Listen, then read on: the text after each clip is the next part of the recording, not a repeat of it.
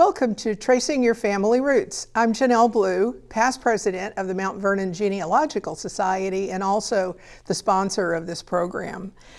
Today we are going to continue a discussion that we started last month on the Mid-Atlantic states, and we have my co-host Chuck Mason is an expert in this area, and last time we talked about kind of the research where you could find the records.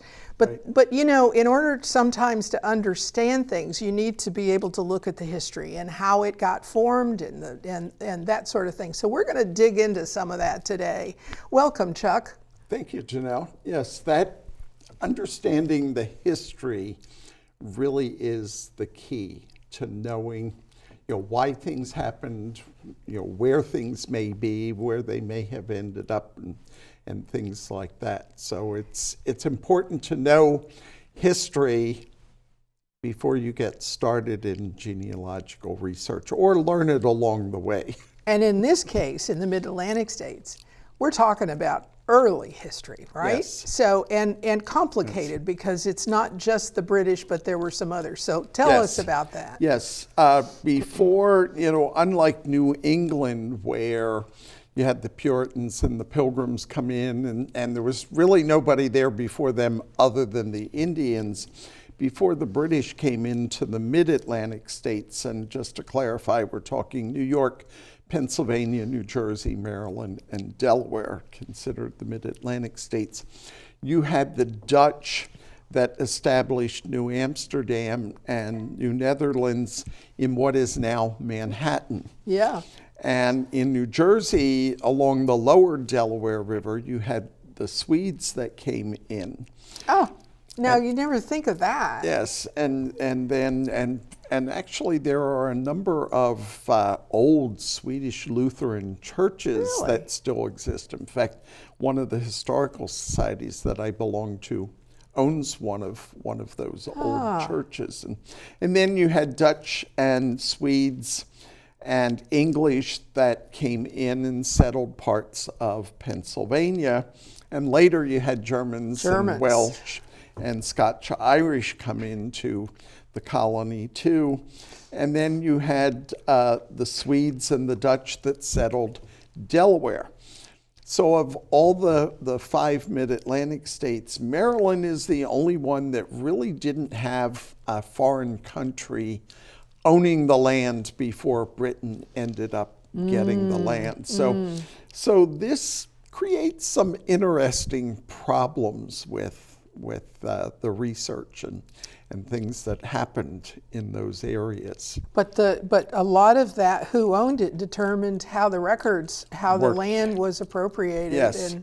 Yes, and of course, it also created problems with boundaries, and you have disputes. There was a major dispute between New York and New Jersey. Up at the top of New Jersey, there's kind of an angled line running kind of north to east there, and that was in contention until they finally settled it in 1769 as to which state owned that portion of land. So, and also in New Jersey, you had two proprietorships, the East Jersey and the West Jersey proprietorship.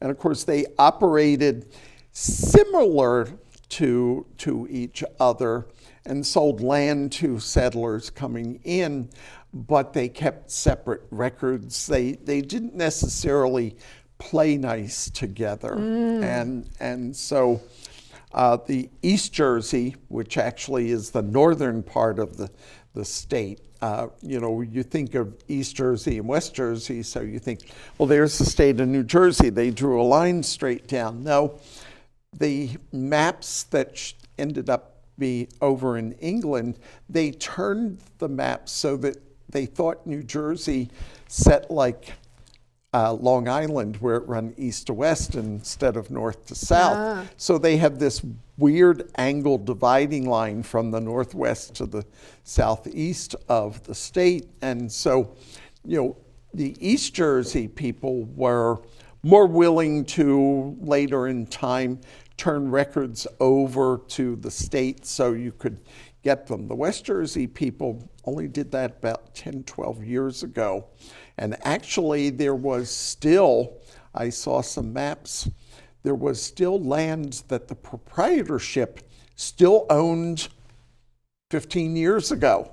Little pockets here and there. Talk about the proprietorship for our viewers. It was run by a nobleman, and they were selling off the land to people who settled. So this is the first instance where land went from the hands of the British government to individuals like you and I who could buy the land. And then there was, between Pennsylvania and Maryland, Delaware disputes. There was a major dispute on where the southern border of Delaware and the northern, around Pennsylvania rather, and the northern border of Maryland was. So you probably heard of something called the Mason-Dixon line. Yes, I have. That was finally settled in 1763 and established that. But also William Penn was granted not just Pennsylvania, but Delaware. So Delaware was owned or was part of Pennsylvania. And then Maryland decided, well, we're going to claim part of Delaware too. So the counties directly across from Maryland were considered by Maryland part of their land. So research in land records, early records in that area for Delaware, requires research in 3 states, Delaware, Maryland, and Pennsylvania, because you don't know where you're going to find records. So it makes it kind of interesting. It sounds like you could do a whole show on the history of what was there, like William Penn and Lord Baltimore and all these different things, and then the stories behind what motivated the boundary changes and the disputes. Yes. And the land was divided differently within the mid-Atlantic states. So some of it was given to noblemen who owned it, like William Penn. Yeah. And then others, it was given to the proprietors, like Berkeley and Carteret in New Jersey, where the Crown still retained title to the land. Oh, so, to the land itself, and then so they leased it for 100 years. They leased it to people, and of course, they had to pay rents and taxes and things like that, and that would be collected by the proprietor, and of course turned over to the Crown. So, it gives you different sets of very similar records, but different sets of records that you really have to go through and look at. And the other problem that you also have in there is, because we had different people from different countries coming in and purchasing land from the Indians, you have people that say, well, I bought my land from Sweden, or I bought my land from the Dutch, so I don't owe you any taxes. You're British, or I don't owe. So that created problems, and so you often get into searching court records because there would be lawsuits where they're suing over these issues, and so let's just say that I bought some land from the Swedes in that area. Is there a document today that exists that would? It depends on what was actually recorded at the time. Did they actually create deeds or not? And if not, and particularly, in those instances, that's really when you get into people going into court and suing, because although I don't have a deed, I bought this, and you're trying to take it away, or you're trying to tax me on it, and I didn't buy it from you, Great Britain or England. You know, I'm thinking about when I did land records in Poland. You know, they didn't have deeds like we do today, Right. but they had a register. They had a civil register and a Right. big book, Right. and that was like the stream of title, and you had to go back to that book. And I just wonder if there are books like that in Sweden, or there are books like that in other places. That I don't know. I don't Interesting, know isn't it? whether they have things like that in any of those foreign countries. But yes, it would be interesting. You know, I haven't really had to go back and do research into the colonial period of time really much. My one family that came in to New Jersey, the Colonial Deeds where they bought land are right there in the county records. And in Pennsylvania, I supposedly have one line that goes back before the Revolutionary War, but I can't get them connected to Bucks County where the family story is. That's where they started out. I have them back to a third great grandfather in Philadelphia in the period between 1810 and 1820. And of course, I now know a little more, and the pandemic hit, and I need to go to Harrisburg. And of course, right now, the State Archives is open, but you have to make an appointment and everything. And so from what I've seen online, it's like, well, I've waited this long, I can wait a little longer till things get a little better. So I know that in some cases the land distribution is because the country, like Great Britain or like in Texas, the Germans, they wanted to increase the land. The Texans wanted to, they wanted the population. They needed people to live there, and that increased the tax base and make the whole place more productive. How did that work in New England, or in the Mid-Atlantic states? You had the same thing. That was the motivation of the British? You had the motivation of the British wanting people, and of course you had people. One of the problems that you had in England is you had, in the inheritance law, the oldest son got everything. And so if you're the second or third son down, hopefully you get along with your brother that he's willing to help support you and let you work the land. And, but if you have family disputes or you just get fed up with things, that was an incentive to come over to the United States, not just the Mid-Atlantic states, but the other states in the original 13 colonies. And some came for promised religious freedom, and in some cases they found it. In other cases there were still restrictions. But another incentive was to own a piece of land, because I'm the second, third, fourth son in line.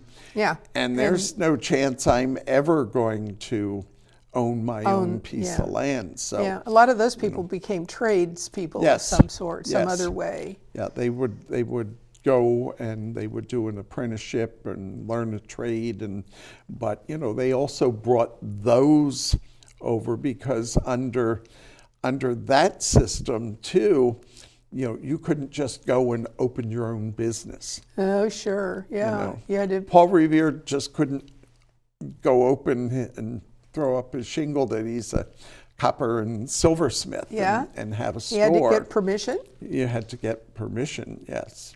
Yeah, and it was a guild system where you learned the trades and you toiled under somebody for years. And so that was a big incentive too for people to come to the original colonies and be able to finally open a business, own a piece of land, whatever they wanted to do.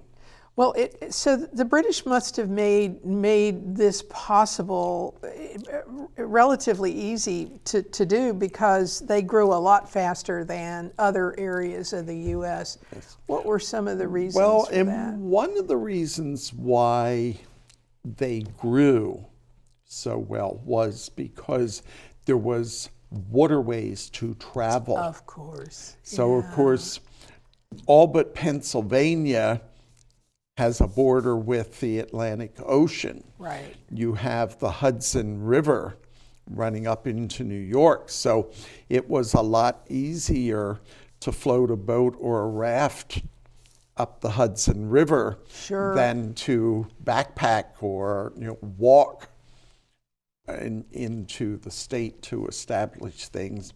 And between New Jersey and Pennsylvania and Delaware, you had the Delaware River, and down in Maryland, you had the Chesapeake Bay. So you had waterways to get you up in there. Not that you didn't have some. You had rivers in New England, but not like you had in the mid-Atlantic states. So that was an easy way to move people, also to get things, as supplies would come in, as they would get things from Great Britain. They could float them up sure. or down the rivers or the bay and be able to take and have the things that they needed and wanted much more distant than being right along the coastline of the ocean there. So that was a big thing that helped.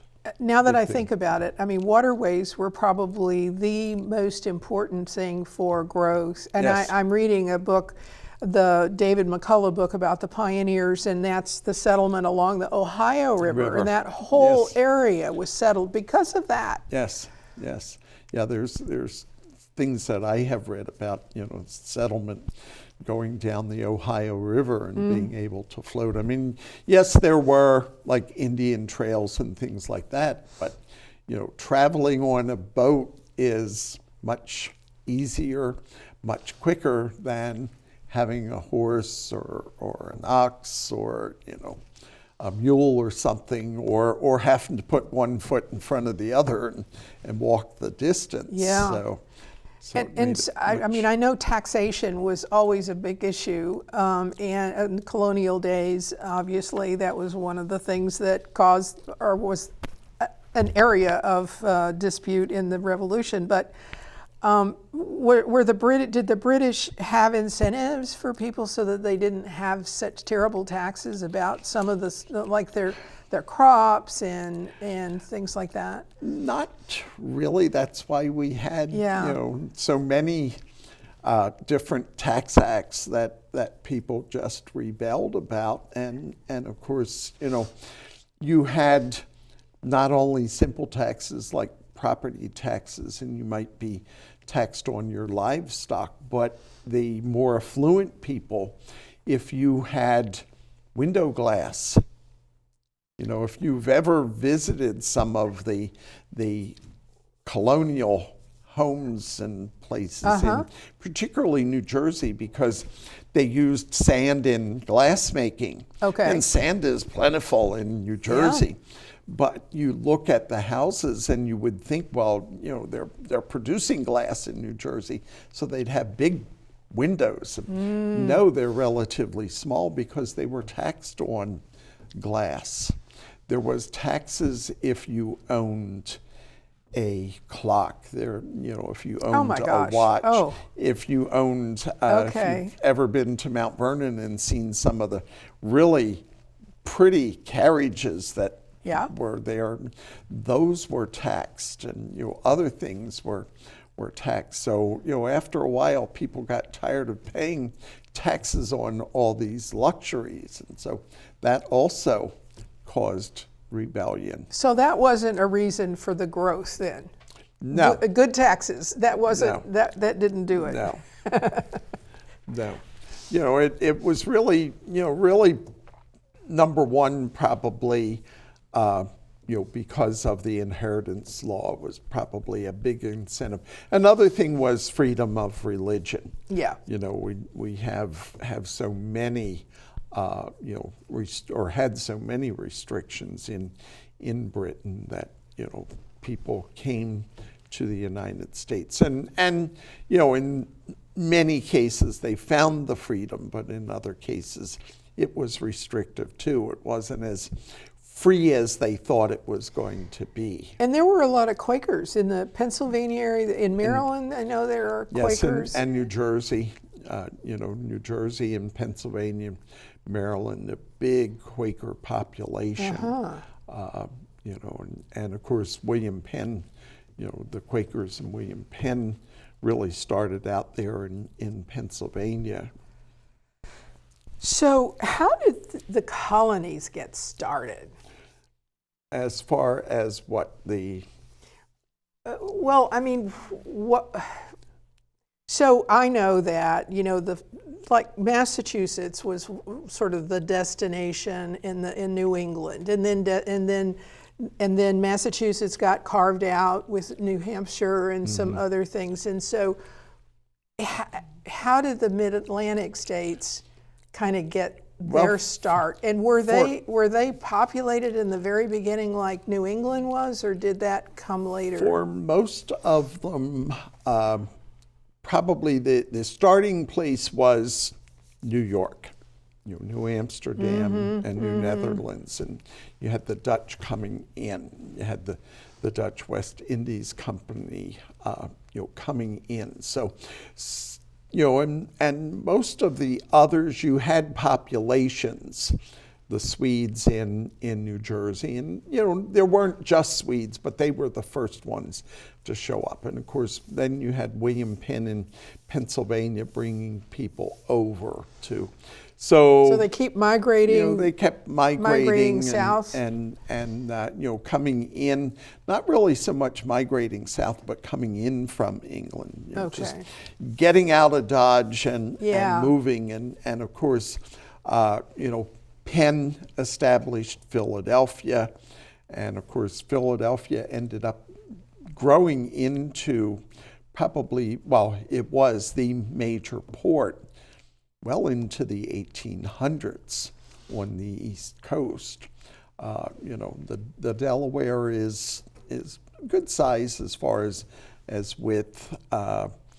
Even when you look at the area up above Trenton, it's not really likely that George Washington threw a coin from one side to the other.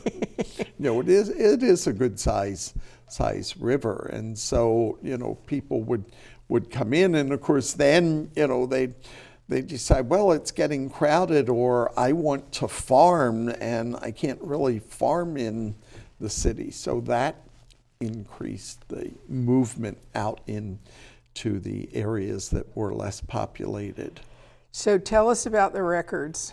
So are all the records the same in all the Mid-Atlantic states? I mean, the sources and not necessarily. They all, the thing that you generally first find related to colonial times is, of course, the land records, the probate records, and the marriage records. Marriage records. They kept always marriage kept, records, aren't they? Well, and one of the things was, and it started back in England, you really needed to be able to prove before you could get married that you were able to support a wife. You had to have a job. Oh, really? And be able to, and this was true of other countries in Europe too, be able to support a wife and a family. You're not going to end up on the public rolls and collecting welfare as we would know it today.